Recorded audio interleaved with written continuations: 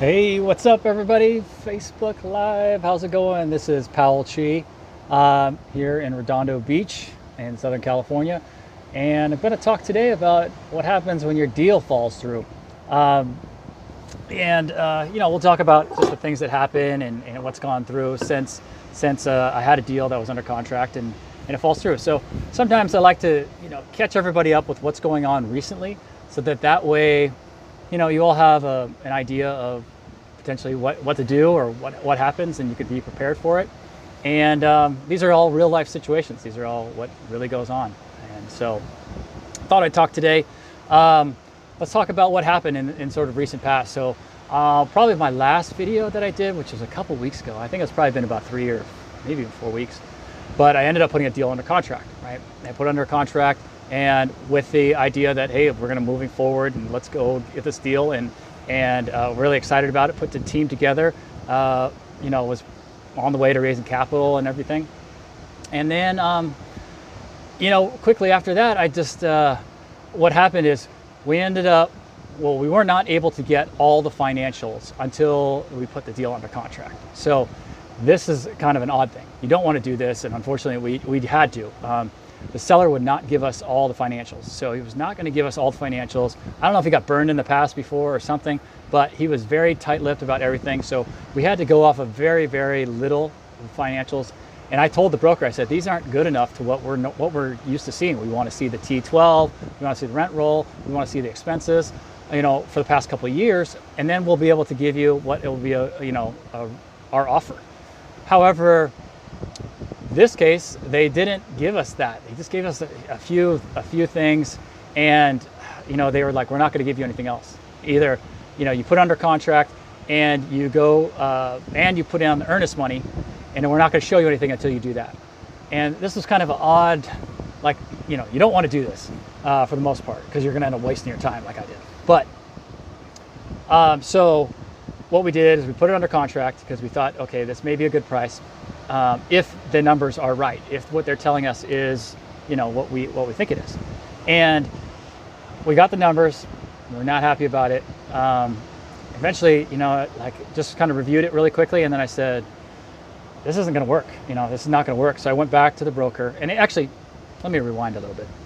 Previous to this, I had told the broker, I said, these negotiations with us and the seller are just not going very well. It's just getting stalled and slow, and we just didn't like the way that it was proceeding. So I told him, I said, I reached out to the seller directly, and I said, why don't you and I get on a call? Just me, you, and the broker. We don't need the lawyers involved, because everything's getting kind of gummed up with the lawyers. They're going back and forth talking about things that aren't really moving this process forward. So I said, let's just get on a call, just us three. We'll talk about our issues, and then we'll be able to move forward a lot faster. And he was like, no. So he said no. And I've never had that happen before, but he just said, no, go to your lawyer, talk to your lawyer, and have your lawyer talk to my lawyer. And I was like, I don't know. I just didn't feel like he was really that sincere about trying to get this deal done, trying to make it a process that we're all trying to get to the end, right? He was kind of more of like, I'm going to win and you're not going to win. Like, I'm going to do this and you're not going to, I don't really care about you. So it's like very, very difficult to work with this seller. So fast forward, we get to the point where we get the financials. We're looking at them. We decide, hey, these are not the way to go. So I tell the broker, and I said, hey, we're not going to be able to do it at this. The price that we agreed on before, it's just not happening with these numbers. Here's why. Here's what we adjust. Like, here's what we see as your NOI, and here's what we adjust our numbers to be. It's not going to work. We need this much of a discount. And if we can't do it, then we're just going to immediately terminate the contract. There's just basically no negotiation. We're not going to fool around anymore. We've been doing this fool around dance thing for months, and it's just got to the point where the relationship wasn't very good. It was kind of sour. And so they came back and said, nope, we're not changing the contract. It is what it is. And I just immediately turned around and said, filed to my lawyer, please terminate the contract. Here's the emails that have gone back and forth. We're just going to exit this contract, right? So we exited, and done, whatever. We got our earnest money back, and we're just separated. Basically, what did we lose? We lost time, right? Because I spent, like I said, months on this negotiating this deal. So we lost time and we lost some money. And the money we lost really was the some of the upfront capital that you put in for the lawyers, right? Because you got to pay the lawyers. And so this is kind of the risk that you take when you're putting things under contract. You're dealing with lawyers. You're spending, $1,500 to $2,000 on these lawyers, and for them to get the contracts and back and forth with the contracts and the times that they're spending. So we lost that money, and that's not good. And we don't want to do that. We don't want to lose money that way. It's just poor, poor way to process, poor way to do your business, right? So that all said, I used to tell brokers too. It was like my trump card. I would tell brokers. I said every deal that I've ever put under contract, I've closed, which is true until now. And so I can't really use that anymore. That was my way to tell brokers hey, you can take me serious. I know we don't know each other, but in terms of this deal, I'm very serious about seeing the numbers, and I can get you back something. And I've closed every single deal I've put under contract. And that's when a broker hears that, they're like, okay, good, okay, great. So let's get this guy a look at our deals. But unfortunately, can't really say that anymore. And so I got to figure out a different way. So if you have a different way of saying something great about it, something I can say to the brokers, if you can word it a different way, write it in there, write it in the chat. Let me know if you got a suggestion for me. But I'm going to go, I got something else to go on to, so it's not done, but I just want to say hi to everybody. So appreciate Charles showing up. Barry Griffiths, what's up, brother? How you doing? Chris Jackson, thanks for showing up. John Samaru, thanks for showing up. Appreciate it. If you guys have any questions, also feel free to make this interactive, right? I don't want to just ramble on all day, but so if you have any questions, feel free to ask. Hey, Evelyn, how you doing? Good to see you. And so let's talk about what's happened sort of since then, right? So, our team was super excited. I had everybody really excited about that deal. We unfortunately, like I said, tanked. That deal goes down. Move on from that. Don't get emotional about the deal. Don't be emotional like that you had something, right? Just move on. From then, I would say about a month or two later, not a month or two later, sorry, I was reading. About a week later, we got an LOI. So I sent out another LOI, and I was really excited about it because, I don't know, from the indications I was getting, this was going to be something good, right? This was going to be something good. So, and then I would say I sent out LOI, and then I was waiting to hear back. And then about 2 more days later, I got a call from a broker that we had worked with, the one that we bought the property off in January. And he said he had another property, pal. And I was like, you got another one? Oh, okay, all right. So great. And so he sent it to me. So I basically sent off another LOI. So I would just say, following up just earlier this week, right? So earlier this week, sorry, it's probably not this week. It's the end of last week. And so last week, Thursday and Friday. So last week, Thursday, one of those LOIs came back. And basically the seller said, yes, we're gonna go ahead and proceed. So I was super excited. I got basically signed, executed LOI last Thursday, right? And then the second one happened as well. And the second one came back on Friday, and the seller said, yes, we'll sell it to you. And so I basically got 2 executed LOIs. So now I'm putting together the team. I've moved some of the team from that other deal that didn't get through. We moved into the second deal. Super excited.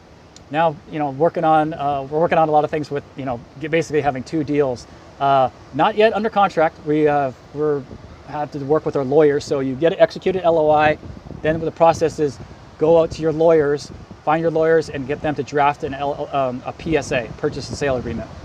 So that usually takes 4 or 5 days to get that done, right? So we got a purchase and sale agreement. We sent it off to the sellers.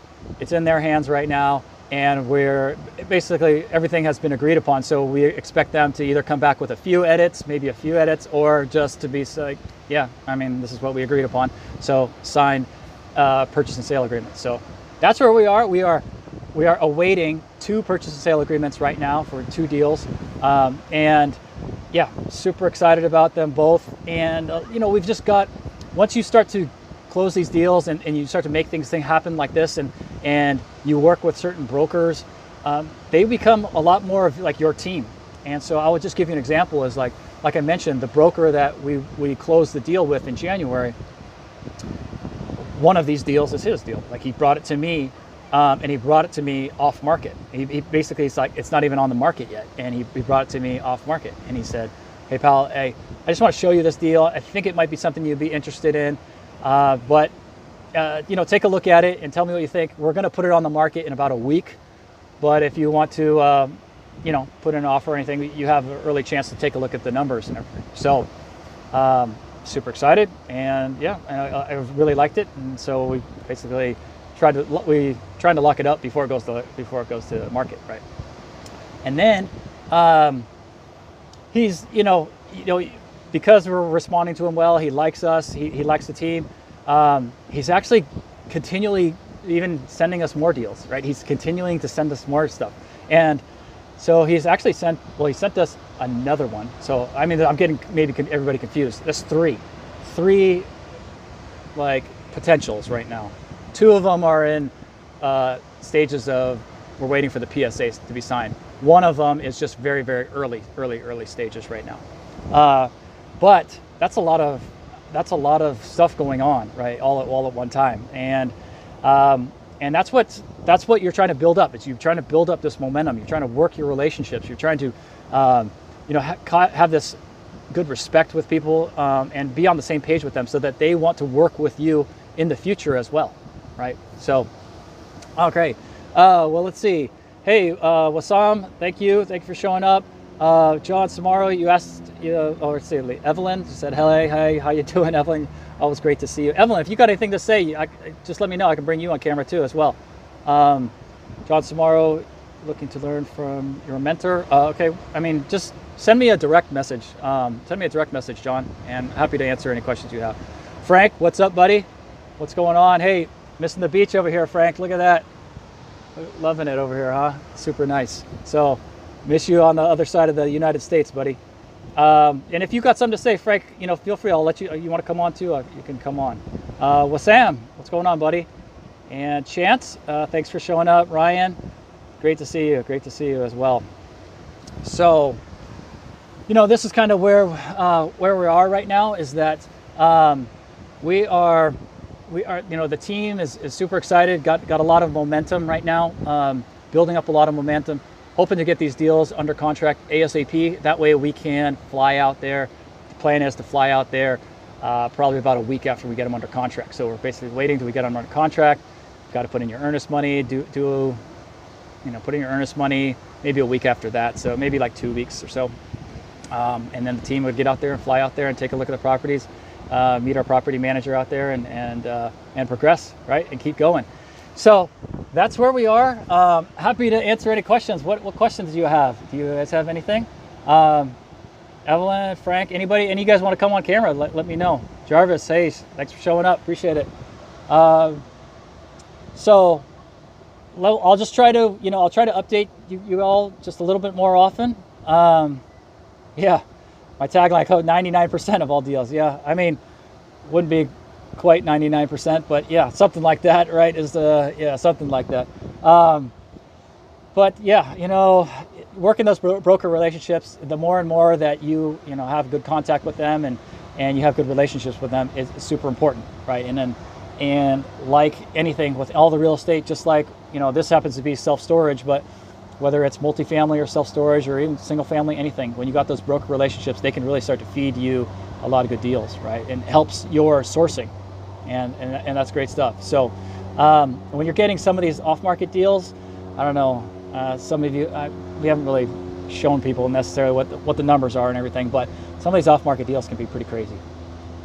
Okay, so that's about it. I don't want to make it too long. Thanks, David, for showing up. If you do have any questions, if you're interested in what we're doing as part of my team or what we have going on, primarily we're doing storage right now, self-storage. These are the ones the deals I have under contract. If you're interested in that kind of thing, got questions on it, we do joint ventures. So I'm not syndicating right now, so I'm not bringing in a lot of people. Typically on my teams, there's maybe 10 people at most, and all 10 of us are people that like to work together and have a good time and, you know, want to meet each other on site and see what the property's like, and all, you know, all get a chance to learn as well. So if that interests you, feel free to just, you know, you can DM me directly. I can send you some links and you can take a look at some of the things that we've done in the past or what we're doing currently. And we can go from there. All right. Appreciate it. Hey, thanks everybody. We'll talk soon. Hey, thanks Nelson. I'll see you, buddy. We'll talk soon. Okay. Take care, everybody. Bye.